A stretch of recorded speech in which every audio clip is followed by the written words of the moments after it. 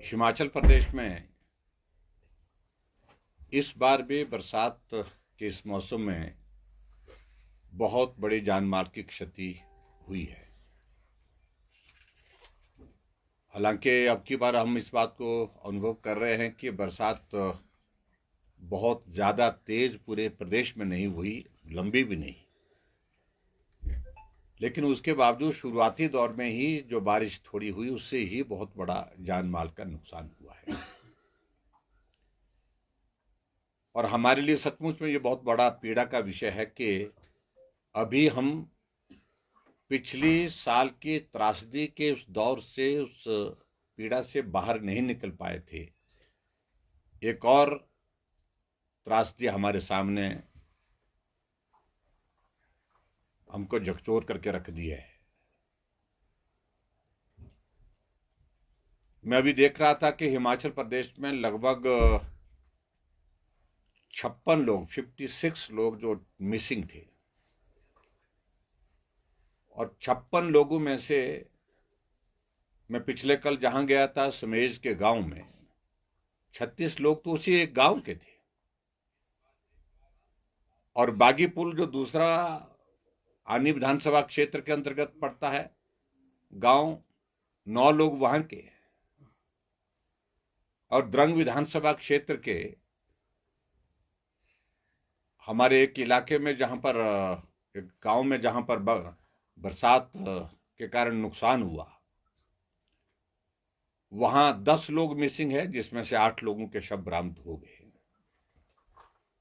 और जो मुझे भी जानकारी मिली है कि जो 36 लोग समेज में इस बारिश की, इस बाढ़ की चपेट में आए थे, उनमें से 6 लोगों के शायद शव बरामद हो गए हैं, बाकी उनकी तलाश जारी है। इस सारी घटना से हिमाचल प्रदेश में एक बार फिर से एक दहशत का माहौल भी है, मैं कह सकता हूं। और उसके साथ साथ में चारों तरफ एक चिंता का एक वातावरण भी है।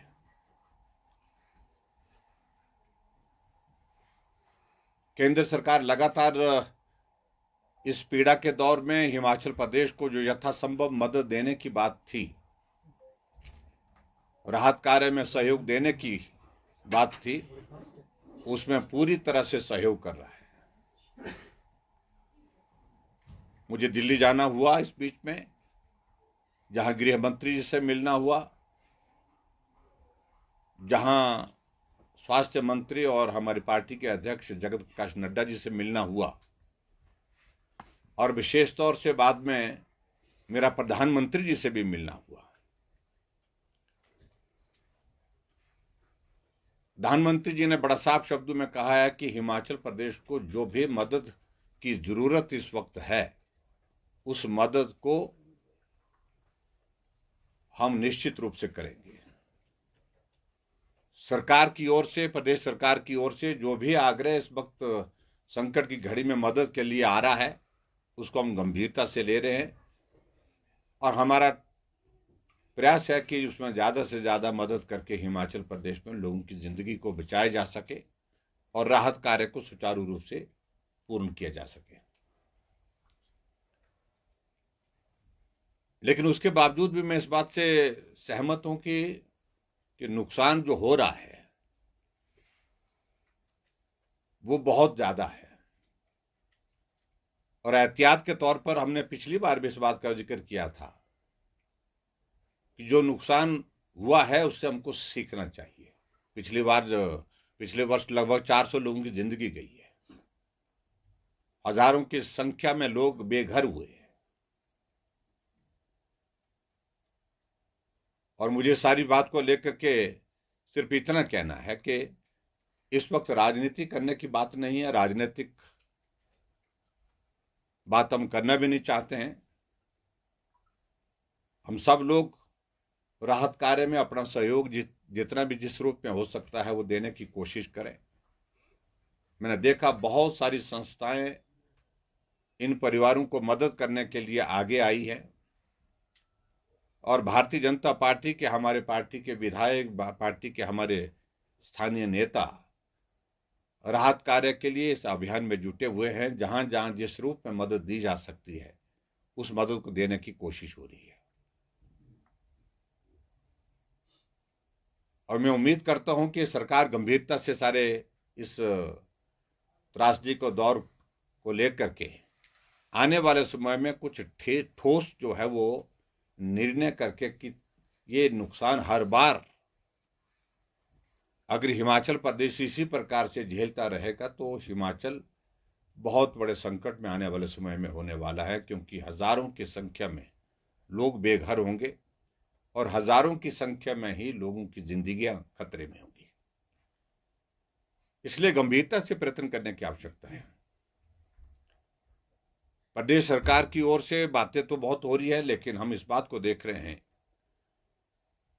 कि जो पिछली बार बरसात का जो नुकसान हुआ है उसकी भरपाई के लिए जो पैकेज की बातें कही गई थी वो पैकेज की बातें हवा हवाई रह गई है, जमीन पर नहीं उतर पाई है। और अब की बार जो राहत देने की जो बात कही गई है उसमें उस विशेष पैकेज का पिछली बार जो जिक्र किया गया था, जिसका अगर मकान चला जाता है तो उसको 7 लाख रुपए देने की बात कही गई थी। किसी का घर आंशिक रूप से अगर डैमेज है तो उसको 1 लाख रुपए देने की बात कही थी। और ऐसे ऐसे जो राहत पैकेज के अंतर्गत जिसका जिक्र उस वक्त सरकार के बहुत सारे लोगों ने बहुत ज्यादा किया, लेकिन मैंने ये भी देखा कि हिमाचल प्रदेश में अभी तक जो 7 लाख रुपए देने की जो बात कही गई थी उसमें से बहुत सारे लोग जिनका घर चला गया है अभी तक नहीं मिल पाया है। और ये भी मैं चाहूंगा कि अब की बार की त्रासदी भी लगभग वैसी ही त्रासदी है। अभी आने वाले समय में मालूम नहीं अगर बरसात का दौर लंबा रहेगा कितना नुकसान होगा जान माल का। लेकिन जो पैकेज की बात उस वक्त कही थी 7 लाख रुपए एक घर के लिए, मेरा मुख्यमंत्री जी से आग्रह है कि ये त्रासदी भी उसी तरह की है, सिमिलर नेचर की है, जहां लोगों की जिंदगियां भी गई है, लोगों के घर भी गए हैं, बाग बगीचे चले गए हैं, तो उनको भी उसी तर्ज पर उस पैकेज के आधार पर ही जो है वो मुआवजा देने का इंतजाम करें। और भारतीय जनता पार्टी पूरी तरह से उसमें पूरा सहयोग करके मदद करने की कोशिश कर रही है। जहां सरकार के प्रयास हैं और उन प्रयासों में हम पूरा सहयोग दे रहे हैं और इस संकट की घड़ी में हम सब मिलकर के काम करें, ऐसा मेरा भी आग्रह है। लेकिन मेरा इतना जरूर कहने का अभिप्राय है कि बहुत सारा पैसा जो पिछले साल खर्च किया था ब्यास नदी के उस मलबे को तय किया था कि उसको एक्सकवेट करके उसको जो खास तौर से जो रेत और बजरा है और जो व्यास नदी का जो नेचुरल कोर्स जो पहले था उस कोर्स पर उसको ले जाने की कोशिश हो। लेकिन मुझे इस बात को लेकर के दुख है कि करोड़ों रुपए उस रेत और बजरे से लोगों ने कमाए, लेकिन उसके बावजूद ब्यास नदी के लिए जिस तरह से उस नेचुरल कोर्स को ठीक दिशा में ले जाकर के नुकसान की कमी की जा सके, वो जो प्रयास थे वो प्रयास जो है वो सफल नहीं हो पाए। जिन ठेकेदारों को काम दिया गया था, मुझे दुख के साथ कहना पड़ रहा है, उन्होंने उसमें से सिर्फ पैसा कमाया, लेकिन जो सरकार की जो मॉनिटरिंग करने का जो मैकेनिज्म रहना चाहिए था वो पूर्ण रूप से जो है वो आंखें बंद करके बैठा रहा। और फिर ब्यास नदी ने वही रुख अपनाया जिस रुख पे पिछले साल चली थी वो, जिसके कारण बहुत बड़ा नुकसान हुआ है। आने वाले समय से मुझे लगता है कि इस बात को सीखने की आवश्यकता है अगर कदम उठाने हैं तो वो प्रभावी होने चाहिए, जिससे लोगों की जिंदगियां बचाने के लिए प्रयत्न कर सकें। अभी भी मैं हिमाचल प्रदेश में मैं देख रहा हूं, जहां जहां के बाढ़ जहां आई है, जहां हमारा जाना हुआ है, उसमें मैंने देखा इस बात को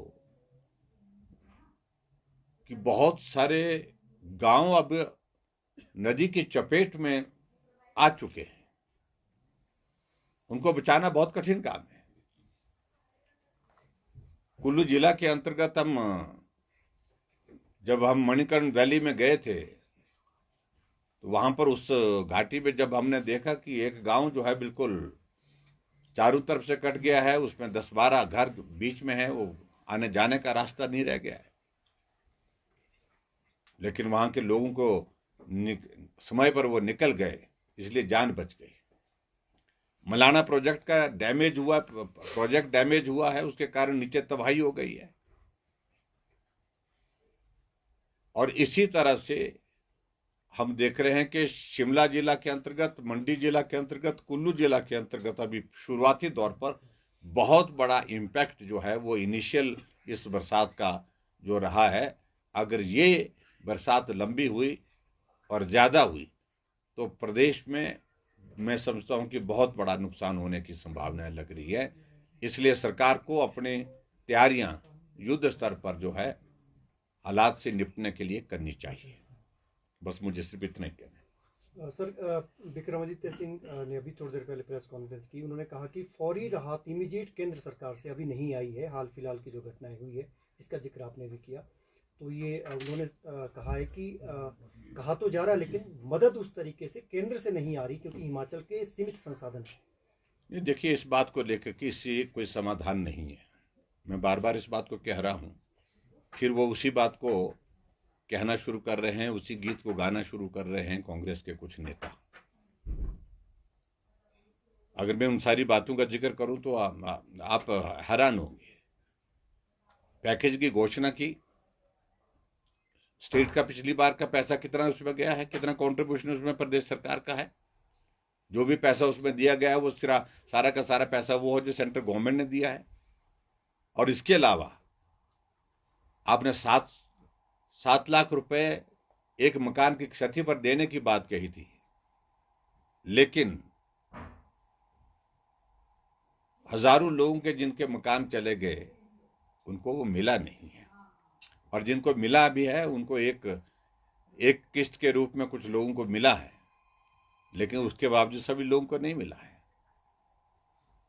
तो इसलिए ये राहत की बातें ठीक तरह से नहीं हो पा रही हैं। ये बात बड़ी तय है, ये अलग विषय है, इस पर मैं बाद में बोल सकता हूं, लेकिन आज मैं बोलना नहीं चाह रहा हूं इस पर। लेकिन इतना मैं जरूर कहना चाहता हूं कि केंद्र सरकार से मदद तब भी मिली है और केंद्र सरकार से अब की बार भी मदद मिलेगी। सर, सरकार ने हिमकेयर योजना जो है निजी अस्पतालों में बंद कर दी है, क्या कहेंगे? देखिए, इस वर्तमान सरकार का एकमात्र उद्देश्य है, जो चला है उसको बंद करिए, जो अच्छा काम किया है उसको बंद करिए। हिमाचल प्रदेश में इस वक्त हिमकेयर के माध्यम से लाखों लोगों का स्वास्थ्य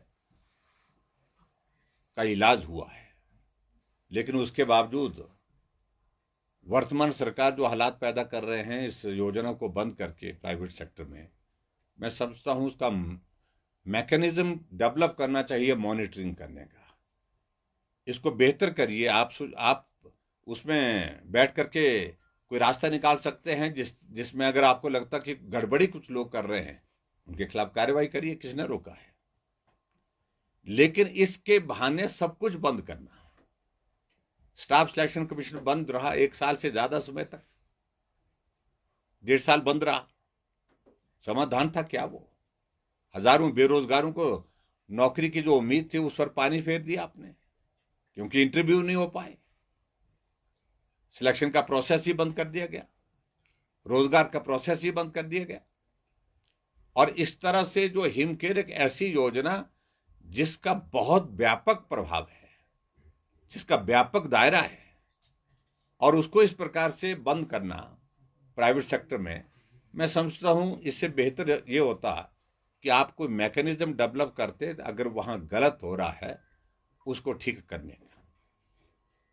सरकारी हॉस्पिटल में मुझे कोई आपत्ति नहीं है, लेकिन जहां इमीडिएट किसी व्यक्ति का इलाज होना है, उसकी ट्रीटमेंट की जरूरत है, वो लंबा इंतजार नहीं कर सकता। लेकिन गवर्नमेंट हॉस्पिटल में बहुत प्रेशर होने के बावजूद जब डेट कई बार लंबी मिलती है, उस सूरत में वो आदमी अपने उस पीड़ा के दौर झेलते झेलते कई बार तो दुनिया से ही चला जाता है। इसके लिए इंतजाम किया गया था। अगर गवर्नमेंट हॉस्पिटल में उस तरह की व्यवस्था जल्दी नहीं मिल पा रही है, जिस पेशेंट को तुरंत इलाज की जरूरत है, तुरंत उसके ऑपरेशन की जरूरत है, उसको पीड़ा से निजात जल्दी से जल्दी दिलाया जा सके, उसके लिए हमने प्राइवेट सेक्टर में ही किया था। लेकिन बंद करने का मतलब यह है कि वो लोगों को उस पीड़ा के दौर में से गुजरना पड़ेगा, लोगों को लंबे समय तक उस बीमारी को झेलना पड़ेगा, इंतजार करना पड़ेगा। 4-4 महीने 6-6 महीने की डेट MRI और CT स्कैन की हो रही थी। छोटे छोटे ऑपरेशन, छोटे छोटे ट्रीटमेंट के जो प्रोसीजर करने हैं, उसके लिए 3-3 बार 4-4 बार डेट एक्सटेंड हो रही है। मैं सरकारी डॉक्टर को, सरकारी हॉस्पिटल को दोषी नहीं ठहराता हूं बिल्कुल भी, लेकिन उनके ऊपर दबाव है, वहां पर वर्कलोड इतना ज्यादा है। डॉक्टर की भर्ती आपने पिछले 20 महीने में एक भी डॉक्टर की भर्ती हिमाचल प्रदेश में नहीं हुई है, जबकि मैं 500 पोस्टें क्रिएट करने के साथ साथ 300 डॉक्टरों की भर्ती अंतिम दिनों में, जब हमारा चुनाव आ रहा था, चुनाव से पहले करके आया। आपने एक डॉक्टर लगाया, कहां जाएगा मरीज जिसको इलाज की तुरंत जरूरत है? और विवश होकर के फिर उसको अपनी जगह जमीन जो है, घर बार जो है, गिरवी रख करके इलाज करना पड़ेगा। मैं समझता हूं ये बहुत बड़ा एक इस तरह का संवेदनहीनता का परिचय दिया है मुख्यमंत्री जी ने। अगर वहां गलत हो रहा है, उस गलत को रोकने के लिए अनेकों विकल्प हो सकते थे, रास्ते हो सकते थे जो उनको करने चाहिए थे। कर्मचारी और केंद्रीय जांच एजेंसियां जब जब हिमाचल प्रदेश में दबिश देती हैं, सरकार के नेता आपसे जोड़कर उन रेड्स को देखते हैं। इस बार की भी बात करें, आपका दिल्ली दौरा था और ईडी ने दबिश दी और कांग्रेस के एक बड़े विधायक के घर में रेड हुई। अब आप क्या कहेंगे? देखिए, ये इन सारी चीजों को ऐसे जोड़ना बिल्कुल भी गलत है। जब मैं दिल्ली जा रहा था तो रेड वाले तो उससे पहले पहुंच चुके थे जहां पहुंचना था।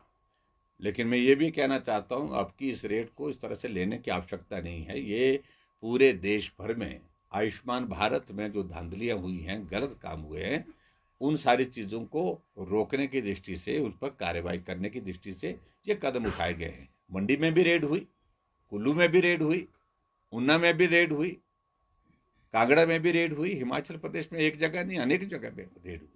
इसलिए जो कुछ लोग इस तरह से इसको ये देने की कोशिश कर रहे हैं, मुझे तो जानकारी भी नहीं थी। मुझे तो जानकारी तब मेरी जब काफ़ी देर से कार्रवाई हो चुकी थी, तब तक के लिए सारी टीमें पहुंच चुकी थी। इसलिए मैं इस बारे में सिर्फ इतना कहना चाहता हूं, मेरे प्रवास से इस सारी चीज़ का कोई लेना देना नहीं है।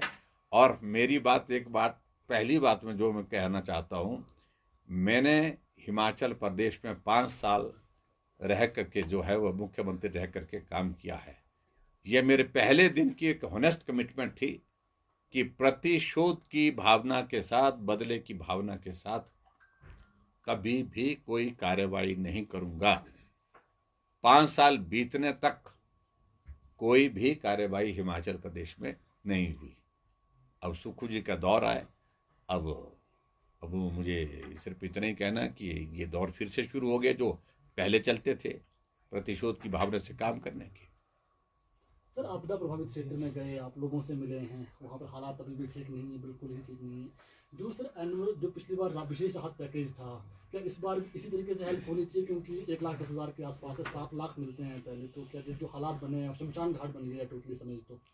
मैंने बिल्कुल वही बात है आपसे, शायद उस वक्त आप थे या नहीं थे, मैंने उस बड़ा साफ कहा है कि ये आपदा भी उसी तरह की आपदा है, इसको अलग नहीं किया जा सकता है। इसलिए पैकेज उस वक्त का और इस वक्त का अलग अलग नहीं होना चाहिए, एक जैसा होना चाहिए। मेरा अभिप्राय सिर्फ इतना है।